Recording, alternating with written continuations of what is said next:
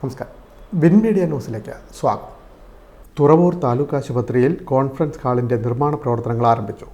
Aroor MLA Daleema ജോജയുടെ ആസ്തി വികസന ഫണ്ടിൽ നിന്ന് അനുവദിച്ച 50 ലക്ഷം രൂപ ഉപയോഗിച്ചാണ് തുറവൂർ താലൂക്ക് ആശുപത്രിയിൽ ആധുനിക സംവിധാനമുള്ള കോൺഫറൻസ് ഹാൾ നിർമ്മിക്കുന്നത്. ദലീമ ജോജ MLA നിർമ്മാണോദ്ഘാടനം നിർവഹിച്ചു. സ്ഥലമെടുപ്പുമായിട്ട് ബന്ധപ്പെട്ട് നമ്മുടെ തദ്ദേശ സ്വയംഭരണ സ്ഥാപന ബ്ലോക്കും ജില്ലാ പഞ്ചായത്തും MLAയും ഒക്കെ പരിശ്രമിച്ചിട്ട് ആ സ്ഥലമെടുപ്പുമായിട്ട് ബന്ധപ്പെട്ട് 2 കോടി നമുക്ക് കിട്ടിയിട്ടുണ്ട്. Pattanakkad block panchayat president Mary Telshya അധ്യക്ഷത വഹിച്ചു.